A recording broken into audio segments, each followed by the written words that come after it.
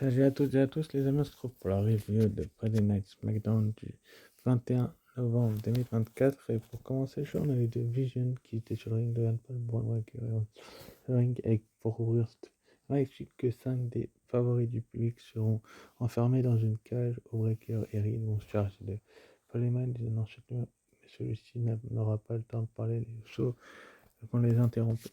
J'ai bien aimé ce premier segment où on a donc Austin Theory, Bronson Reed, Logan Paul, Braun Breaker et Paul Heyman sur le ring. Où il, il nous tease un peu quand juste le Wargames et où il s'exprime tout simplement face à Paul Heyman qui parle des 5 meilleurs, des 5 favoris du public enfermés dans une cage avec eux. J'ai pas, j'ai apprécié l'idée et j'ai aimé comment ça avait été construit.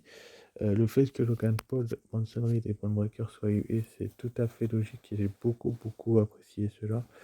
Après, est-ce que la WWE avait besoin d'en mettre autant sur The Vision et de leur donner autant de temps d'antenne, ça, je ne sais pas trop, c'est un autre débat qu'on pourrait faire, pas forcément sur ma chaîne, mais bon, on a quand même eu un bon début de show. Un bon début de show avec Paul Heyman qui n'arrêtait pas de l'ouvrir et qui se faisait huer, etc. Et Logan Paul également, et Bronson Reed et Braun Breaker. Mais après, c'est un point positif parce que j'aime beaucoup personnellement ce Wargames masculin, même si le dernier participant fait débat et je pense que je ne suis pas le seul à qui ça ne me plaît pas du tout finalement. Donc, Jay et Jimmy Uso vont interrompre The Vision ils vont arriver, ils vont dire que personne ne veut entendre Logan Paul. Heyman reprend le micro et dit qu'ils ont rendu Logan Paul furieux. Il leur rappelle qu'il avait pour que personne n'ait à vivre dans la rue. Et qu'il leur a appris à l'époque que le plus important c'est le nombre. En référence au fait qu'ils en sont 3 sur le ring contre 2. Jimmy Uso leur répond qu'ils ne sont pas venus seuls. Le thème son de Cody Rhodes résonne, mais la championne de la WWE n'arrive pas. Et j'ai bien aimé ce début chaud avec les Usos qui répondent un petit peu à Paul Heyman, qui le cherche et lui qui fait des références à la Bloodline. Ça c'était intéressant et c'était bien, bien vu de la part de la WWE, comment ils ont construit ça. Mais après, ce qui s'est passé dans ce segment d'ouverture que j'ai vraiment aimé, c'est ce qui s'est passé après les paroles, c'est-à-dire qu'au moment où Jimmy Uso répond qu'ils ne sont pas venus seuls et que la musique débat. Il n'est pas arrivé à ce moment-là précis. Et ce qui s'est passé après, franchement, j'ai aimé comment la 2 nous a hypé dans ce Games masculin et comment ils nous ont vraiment hypé. C'est-à-dire qu'on va retrouver Drew McIntyre qui sort du bus de Cody Rhodes qui a la tête en bas et qui l'a littéralement passé à tabac.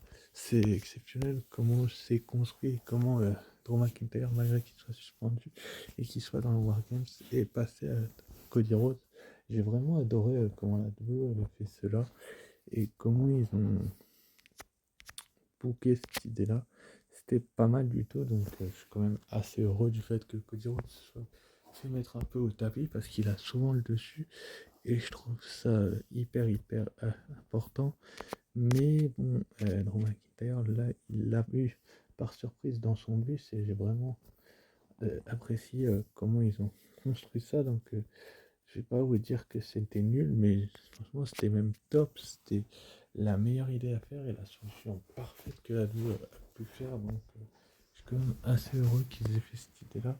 Parce que s'ils n'avaient pas fait cette idée-là, ils auraient peut-être pas eu d'autres moyens. Là, on voit que Cody Rhodes est affaibli et ça l'a pas empêché de catcher blessé il y a de cela quelques temps. Donc, je vous expliquerai si ça se passerait plus tard dans le show, mais franchement, McIntyre n'avait même pas dans le bout de ligue et Paul Heyman. C'était un coup monté de sa part, mais c'était vraiment une bonne idée, c'était vraiment top, surtout que les médecins, on les voit un petit peu s'inquiéter de l'état de santé de Cody Rhodes, ils sont en train d'essayer de l'ausculter, de le soigner. Comme on peut le voir sur cette image-là, les Usos ont été le rejoindre bien évidemment, et ça a fait marrer The Vision qui était bien évidemment tenu au courant, je pense, de ce qui s'est passé là, mais franchement, c'est un point positif et c'est un bon lancement de show. J'ai bien aimé comment ils ont fait ça et comment, tout simplement, c'était l'idée à faire. Donc, on va dire que c'était vraiment top. Enfin, bref, passons à la suite. Donc la suite, c'est le US Open Challenge de Ilya Dragunov qui nous a lancé un défi ouvert pour son titre de champion des États-Unis. Et c'est le membre du Judgment Day, JD McDonagh, qui l'a accepté. C'était vraiment exceptionnel comment la duo, ils ont construit, ils ont booké cet Open Challenge. Enfin, franchement, personnellement, j'ai adoré l'idée. Pour ceux qui ne le savent pas, il y avait un double enregistrement, donc il y aurait peut-être une review de prochain SmackDown. Ça dépendra de comment il est fait. Enfin bref, ça c'est une autre histoire. Mais en tout cas, JD McDonagh, très bonne idée de le mettre face à Ilya Dragunov. Surtout qu'ils ont un passé du côté des NXT UK où ils ont livré des bangers absolus. Là, on est passé, JD McDonagh est passé très près du titre à plusieurs reprises. Ce serait pas étonnant qu'il gagne un titre dans un futur plus ou moins proche. Mais franchement, comment vous expliquer ça? C'était peut-être pas le meilleur moment de le faire maintenant. Donc, ils l'ont pas fait, ils ont préféré capitaliser sur Ilya Dragunov qui conserve son titre dans un nouvel Open Challenge avec sa H-bomb exceptionnelle. Franchement, c'est passé à la fin du match, j'ai adoré. Je vais vous le résumer un petit peu si vous voulez, mais j'ai vraiment adoré ce qui s'est passé. C'est que Dragunov, il a plus qu'inquiété JD McDonagh. C'est que, en fait, c'est que vraiment, il l'a inquiété, il m'a impressionné et comment on peut expliquer ça? Il a fait tout ce qu'il fallait faire pour inquiéter le champion des États-Unis. Donc, j'ai vraiment apprécié comment ils ont fait ça. Donc, c'est peut-être la meilleure chose à faire d'ailleurs. Donc, ils ont fait un super truc. Donc, j'ai dit McDonald's, il a prêté sa H-Bomb enchaîné avec le Torfesco puis de la fin, le Headbutt Torpedo Moscow et la H-Bomb pour le tombé final. Donc, finalement, il va remporter ce match et il est fort dans la défaite. Il reste fort parce que tout simplement, il y a eu une vraie bataille, une vraie guerre. Et j'ai aimé cette idée de l'Open Challenge. Il y en aura un prochain SmackDown, j'en suis pas certain. Mais en tout cas, superbe victoire de notre champion des États-Unis, Ilya Dragunov, qui prouve encore une fois de plus tout le talent et tout le potentiel qu'il a. Donc, très belle victoire d'Ilya Dragunov, c'est un point une nouvelle fois positif de ce SmackDown là qui a été quand même dans la globalité pas mal du tout. Et ça a été, on va dire, un show qui était attendu personnellement. Je m'attendais pas à grand chose parce que j'ai été déçu par certains shows ces derniers temps, mais là, franchement, là deux, ils m'ont impressionné, ils m'ont épaté et ils ont finalement fait conserver le titre à Ilya Dragunov. Très bonne idée. Ensuite, après, ce qui s'est passé, c'est intéressant, c'est qu'on a Alexa Bliss qui a été voir après un récupéré ce qui s'est passé pour le Warrior féminin au dernier mot. Charlotte Flair, elle va été la rejoindre avec Larry Play qui était dans sa loge avec Io Sky et Alexa Bliss et Io Sky vont s'en aller et c'est là qu'on va avoir une conversation pour discuter les différents hors caméra entre et Rhea Ripley et Charlotte Flair et c'est là où on voit qu'il y a finalement du respect entre les deux plus qu'autre chose, c'est-à-dire que Io et Alexa vont partir, vont les laisser entre eux, et il va y avoir vraiment une vraie discussion comme des patronnes quoi, et comme des chefs. Malheureusement, dans mon principe, je me suis foiré en disant que Charles Flair ne serait pas dans le Wargames, mais j'y reviendrai un petit peu plus tard. En tout cas, ce qui s'est passé, c'était très très bien, et c'est un point positif, bien évidemment. Passons au prochain match, Carmelo Hayes contre... Euh, Bronson Reed, le gagnant, affronte Gunther dans le quart de finale du tournoi Last Time Is Now. Très très belle opposition de style entre deux catcheurs hors du combat et forcément il y aurait des interventions à l'extérieur. Logan Paul est venu avec Braun Breaker aux abords du ring un petit peu perturbé et Carmelo Hayes. Et franchement, j'ai bien aimé l'idée en fait que Carmelo Hayes soit perturbé par The Vision, on va dire ça comme ça, mais The Vision s'est fait avoir à son propre jeu, à son propre piège, j'ai envie de vous dire, les amis, c'est que ils ont, comment je peux vous expliquer ça? Ils ont fait un super scénario où la Vision, tout simplement, a le dessus, donc on a Bronson Reed qui finalement a placé son tsunami, mais Carmelo Hayes va s'enlever, et donc Bronson Reed va s'écraser tout seul, et franchement, c'était peut-être le meilleur moment de la construction, c'est quand les Usos sont arrivés sur ce qu'ils ont fait. Je trouve ça très très bien, très très bonne idée. Et à ce moment-là, on va avoir à un moment donné à l'extérieur que Bronson Reed qui sera en train de se faire décompter et Cody Rhodes va lui faire un crossroad à l'extérieur du ring. Et donc l'arbitre va compter, va arriver au compte des 10 et donc Carmelo Hayes va remporter ce match. On revoit donc l'image de cet exceptionnel Crossroads. Le petit reproche que je peux faire à la WWE, s'il y en a bien un, c'est que Cody Rhodes, pour moi, il est surhumain. Le mec, il se fait démonter dans son bus personnel par Drew McIntyre au début de la soirée et il va, à la fin de la soirée, euh, au milieu du show même, se retrouver à faire un crossroads à Bronson Reed. Il va falloir m'expliquer où est la logique d'avoir fait intervenir Cody Rhodes sur Bronson Reed. Et franchement, je trouve que c'est une super nouvelle et c'est une très grosse victoire pour him. Carmelo Hayes, qui en avait bien besoin, étant donné ce que la WWE lui fait de son utilisation ces derniers temps. Je suis assez heureux que Carmelo Hayes ait fait cette super belle victoire. Donc, belle victoire et qu'on a vu pour him qui va donc remonter la pente, mais surtout que dire autre surhumain, il y en a un peu marre, mais c'est quand c'est qu'il a 4 blessés, c'est une bonne nouvelle, donc je vais rester positif là-dessus. Donc voici l'image de Carmelo Hayes qui est pointé là par l'arbitre en tant que vainqueur, et ça va être vraiment une super belle opposition de style après Bronson Reed. Il va affronter un ancien champion du monde poids lourd, Carmelo Hayes, mais c'est un point positif qui se qualifie. Ensuite, après, donc, on a Cody Rhodes qui met en garde pour les membres et les membres de The Vision. Tu les as fait, je vais les détruire, dit Cody Rhodes. C'est une très très belle promo de American Nightmare. Enfin, je trouve ça. Bronson Reed pourrait être le meilleur historiquement parlant de ce clan, mais il ne le comprendra que lorsqu'il sera face au producteur. Braun Breaker restera jamais meilleur qu'un Rhodes. Concernant Brock Lesnar, c'est le dernier à l'avoir vu. Enfin, Paul Heyman les construit, tandis que Cody Rhodes va les battre. Super belle promo de American Nightmare. Cody Rhodes, après on a eu un petit truc avec Chelsea Green, mais ça sera au prochain SmackDown qu'elle aura sa célébration. Donc elle n'était pas forcément prête pour le soir même. Elle dit qu'elle est la plus grande de tous les temps. Et Jade Cargill n'a pas l'air d'être d'accord avec l'affirmation. Enfin bref, mais en tout cas, la promo de Cody Rhodes, je l'ai adorée parce que c'est vrai qu'en général, les gars que Paul Heyman construit, Cody Rhodes l'est pas. Enfin bref, passons à la suite. DIY, Johnny Gargano et toi, ce champion contre Fraction, Nathan Fraser et Axiom. Très très belle opposition de style entre deux équipes que j'ai souvent admirées dans les matchs par équipe. En général, à SmackDown, la division par équipe, c'est pas forcément le problème. J'ai bien aimé comment ça a été buté, comment ça a été construit et comment ils ont fait cela. Mais franchement, j'ai adoré personnellement ce match parce qu'on a eu quand même Axiom et Nathan Fraser qui sont des voltigeurs qui ont, excusez-moi l'expression, volé la vedette à leurs adversaires et qui ont fait beaucoup de choses exceptionnelles. Et en face, on a eu Gargano et Ciampa qui ont eu des ruses et franchement, c'était parti très vite, très fort. Je crois qu'on a eu un topé dès le début du match. On a eu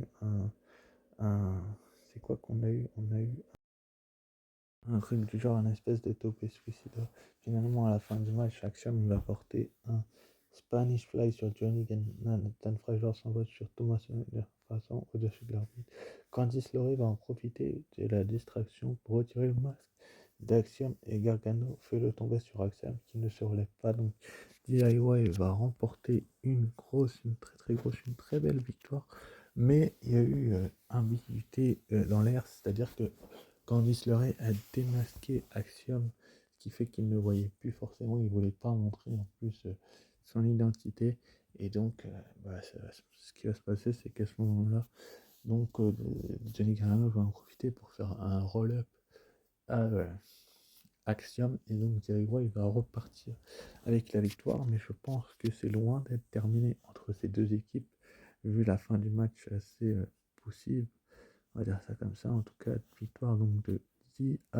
Et donc, on a Johnny Gargano qui regarde le masque en disant et Thomas Ciampa qui se marre. Franchement, j'ai bien aimé là aussi un petit peu ce qui s'est passé. Donc ça va être quand même assez intéressant de voir ce qui va se dérouler par la suite. Même si je pense que DIY va rapidement se diriger par équipe.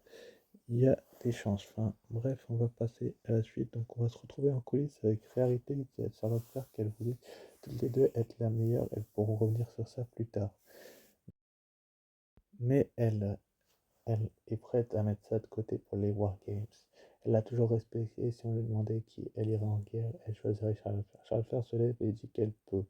Les deux femmes se serrent la main. Franchement, c'était un segment assez intéressant de paix entre Rhea Bloody Ripley et Charlotte Flair qui se disent tout simplement qu'elles peuvent se faire confiance pour le moment, en tout cas pour les Wargames, et qu'on verra qui est la meilleure par la suite un peu plus tard.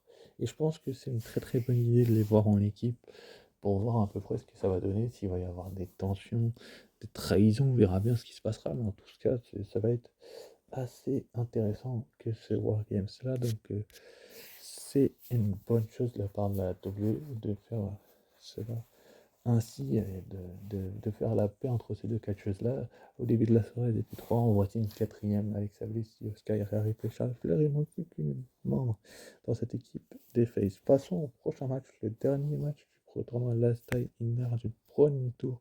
Penta, Zero Miedo face à Finn Balor. Encore une opposition exceptionnelle de style que j'ai adoré. Les quarts de finale pour le gagnant de ce match, j'ai beaucoup aimé. On a eu un Penta qui a fait un combat hors du commun. Je ne parle pas de Finn Balor, qui lui aussi a fait un combat hors du commun. On a eu vraiment une sacrée belle opposition de style, une sacrée belle affiche entre deux protagonistes du tournoi Last Time Now qui méritent vraiment les devants de la scène, qui sont intéressantes. Donc je vais pas vous mentir quand je vous dis que Penta pour moi est parmi les meilleur catcheur de ces derniers temps. Il avait plus besoin de cette victoire qu'un catcheur comme Finn Balor qui lui est plus là pour mettre les nouveaux talents en avant, on va dire ça comme ça. Mais bon, et je peux me tromper, c'est peut-être le mauvais choix qu'ils ont fait, ça j'en sais rien. Ça, seulement la suite nous le dira. Mais moi je pense que Penta peut être dans ce tournoi une carte assez intéressante. En tout cas, pour son quart de finale, ça promet parce qu'il a vraiment livré une prestation hors du commun. Et il a fini ce match avec un euh, Penta Driver qui va se relever, alors il va se relever, il va ramener Penta dans le coin. Mais Penta il va le surprendre avec son Canadian Destroyer, mais qu'il est violent ce Canadian Destroyer. Beaucoup de catcheurs veulent qu'il soit interdit. Finalement, on a l'impression que la WWE préfère continuer à capitaliser dessus. En tout cas, Penta va battre Finn Balor avec cette prise-là. Et le compte de 3, et c'est donc lui qui va affronter Solo Sikoa au prochain tour du tournoi, donc en quart de finale. Et je pense que le match, je vous conseille vraiment vivement de le regarder parce que Finn Balor, sans sa petite erreur, il aurait pu peut-être gagner ce match, mais franchement, on se demandait à plusieurs reprises. Enfin bref, passons à la suite, mais ça, on va y revenir après. En tout cas, très belle victoire Penta, très très belle image et j'ai adoré comment ils nous ont construit ça. On va vraiment voir ce que ça va nous donner par la suite. Passons au main event. Donc, Rhea Ripley est sur le ring pour Wargame Phoenix, Charlotte Flair, Sky et Alexa Bliss avoir su mettre leurs différentes côtés, mais elles ne sont que 4 ce soir. Et pour un match Wargame, il faut être 5. Elle représente alors la cinquième membre de l'équipe. C'est pas exactement ce que nous a dit Rhea Ripley, et si je crois que c'est ça qu'elle a dit. Elle a dit que Madison ne savait pas à quel point elles étaient unies. C'est dans ces moments qu'on sait qui est vrai et qui est faux. Si elle doit partir en guerre avec quelqu'un, elle veut le faire avec les bonnes personnes, comme son amie Oscar. Il y a, si Alexa Bliss, deux des femmes les plus décorées, elles ne sont pas les meilleures amies, mais elles savent qu'elles peuvent se faire confiance. Mais elles ne sont que 4. Elle va nous présenter leur cinquième coéquipière. Et donc, à ce moment-là précis, et franchement, j'ai bien aimé cette introduction et ce super segment de Rhea Bloody Replay de Charlotte Flair, d'Io Sky et de Rhea Ripley. Donc là, à ce moment-là précis, elles sont 4, et c'est là que la fin de Troy Pointe et que j'aime bien comment ce SmackDown doit finir. C'est que on va avoir donc l'introduction de Rhea Ripley, donc le theme song d'AJ va retentir dans l'arène et la catcheuse va faire son entrée. Donc AJ est la cinquième participante du War Games féminin du côté des Faces. Donc on va bien voir un petit peu ce qui va se passer, mais c'est une super belle idée, je trouve, de mettre AJ dans cette équipe-là. Mais ça, c'était quasiment certain. Il y avait beaucoup de rumeurs qui pensaient, qui se tournaient vers elle. Mais en tout cas, le segment lui-même, c'était extraordinaire. J'ai aimé comment ils l'ont monté. C'est-à-dire qu'on a la musique d'AJ qui retentit. Elle arrive et t'as un petit peu dans son attitude habituelle que vous la connaissez. Ça, c'est vraiment un point positif. La voici donc AJ. Cette image-là, elle arrive, elle va s'approcher du ring petit à petit. Elle va un petit peu, on ne veut pas dire qu'elle va hésiter, c'est qu'elles vont ensuite après se faire surprendre. J'ai envie de dire le mot, il est fort, mais c'est surprendre. Ce qui s'est passé, c'est que pendant ce temps, Nia Jax, Lash Legend et Kabuki Warrior vont attaquer, arriver dans le dos de Ripley, Io Sky, Alexa Bliss et Charlotte Flair. Et donc, au moment où Italy arrive, elle va, elle, pendant ce temps, se faire barrer la route, si je dis pas de bêtises, par Becky Lynch également. Mais ça, c'est une autre histoire. Je vous montrerai, et vous aurez l'image juste après et mon point de vue, bien évidemment. Mais je trouve que c'est une super nouvelle qu'Italy soit dans le War Games féminin. Ça hype un peu plus les gens, le match et tout ce que vous voulez. Et donc, après, comme je vous disais, on va avoir Nia Jax euh, qui va attaquer Alexa Bliss et Charlotte Flair, Asuka, Io Sky et Kairi Sane, Rhea Ripley. Donc ça va être... ils vont se faire démonter. Jelly va hésiter un petit peu et Jelly qui va courir sur le ring pour mettre à terme à ça. Mais franchement, c'était vraiment une superbe idée de mettre en difficulté les faces parce que tout simplement, bah, ça prouve la volonté et l'adversité qu'ils ont en face. C'est que tout simplement, elles ont souvent le dessus, mais c'est quand même une bonne nouvelle. Donc, c'est à voir par la suite ce que la WWE va nous faire, va nous monter, va nous livrer. Mais c'est un point intéressant. Je trouve ça bien que les heels aient eu le dessus là parce que tout simplement, ça a été les faces qui ont lancé leurs derniers membres et se sont fait faire prendre par surprise par derrière en traître, en lâche. Donc, c'était peut-être la meilleure solution à faire pour que Charlotte Flair et son clan, donc Rhea Ripley, Sky, Alexa Bliss et donc AJ se retrouvent au tapis, surtout par derrière. Mais par contre, comment c'est fait avoir AJ, j'ai pas hyper aimé. Mais ça, c'est une autre histoire, c'est-à-dire que Becky Lynch va lui mettre un gros coup d'épaule et elle va la rouer de coups au sol, donc elle va lui lancer sa veste. Et là, je comprends que finalement, ce qui s'est passé à Raw, c'est vraiment intéressant parce que c'était un point que j'attendais bien évidemment. C'est que Becky Lynch va rouer de coups et Jelly et c'est sa pire ennemie, elle est en rivalité, donc c'est logique. Mais quand même, c'est vraiment intéressant de voir ce qu'ils ont fait avec les deux là. Donc, je suis ravi, je suis heureux de comment ils ont monté ça. L'attaque de Becky Lynch sur Jelly qui va la ruer de coups, franchement, c'était assez impressionnant et assez exceptionnel comment elle va nous la marver, nous la démolir. Et donc, Jelly apprend cher, mais apprend cher aussi parce qu'elle lui a coûté le titre intercontinental. Et c'est là où on comprend vraiment que le scénario, il est vraiment mené là-dessus. Maintenant, il va falloir voir ce qui est du titre intercontinental féminin par la suite. Mais en tout cas, je suis quand même assez heureux et ravi que la WWE est montée et soit partie là-dessus, sur cette idée-là. Donc maintenant, c'est à voir par la suite ce qu'ils vont nous faire avec Becky Lynch, parce que Becky Lynch finalement donc, va serrer la main à Asuka pour rejoindre donc officiellement l'équipe des Heels pour le War Games aux côtés de Lash Legend, Nia Jax, Asuka et Kairi Sane. Et donc pour finir le show, bah, elles vont célébrer et c'est un point positif bien évidemment parce que Becky Lynch demande rejoindre cette équipe-là, c'est une ancienne championne du monde et elle a de la voix et ça va être assez exceptionnel comment ce match va être beau et lourd et franchement pour la note du show je mets un bon 15 sur 20 parce que j'ai pas vraiment de détails que j'ai pas forcément aimé ou pas compris donc j'ai vraiment apprécié. Enfin bref, bon 15 sur 20. Passons maintenant à ce qui est annoncé pour l'Euro de ce soir parce qu'on est lundi. Donc on a Roman Reigns qui va ouvrir le show de dans un match de 2 contre 2 par équipe pour l'avantage pour le War Games. Savoir quelle équipe aura l'avantage. Tu auras deux membres de Vision contre deux membres de l'équipe Face, donc dirigée apparemment par Roman Reigns. On aura le quart de finale du tournoi Last Time Is Now. Gunther, le revenant, face à Carmelo Hayes. Après avoir battu Javon Evans, on va bien voir comment il va s'en sortir face à him. Ça promet une opposition de style et un sacré beau combat. Et franchement, j'aimerais beaucoup voir une superbe rencontre entre les deux parce que la chimie pourrait vraiment fonctionner. Donc ça va être exceptionnel, je pense, que cette rencontre-là, comme je vous le disais, et nous serons à Oklahoma City, comme je vous disais, on a le match War Games Men's Advantage match. Ce sera un tag team match comme annoncé par Adam Pearce hier. Donc ça va être assez exceptionnel. Ce 2 contre 2, j'ai la petite idée peut-être de l'équipe de Roman Reigns face à The Vision. Par contre, de celle de The Vision, un peu moins, mais peut-être qu'on peut avoir une revanche, on verra bien ce qui se passera. En tout cas, on aura également donc Solo Sikoa contre Penta dans l'autre quart de finale de ce show-là. Donc ça va être 2 très très beaux quarts de finale dans un show de 2h30. Il y a de quoi passer, pourquoi pas une célébration de Maxime Debris ou d'autres matchs. Ça, c'est une autre histoire. Enfin, bref. Et donc, pour conclure, on aura Becky Lynch qui va avoir une discussion avec Adam Pearce.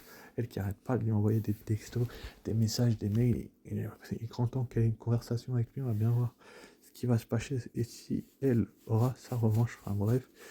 Et annoncé pour le prochain SmackDown Traditional Survivor Elimination Match, Team Sami contre Team MFT de Solo. Donc n'hésitez pas à liker, commenter, partager, vous abonner. Si c'est pas déjà fait, je vous dirai les participants en commentaire. Sur ce, ciao, bye et à très vite pour une nouvelle vidéo.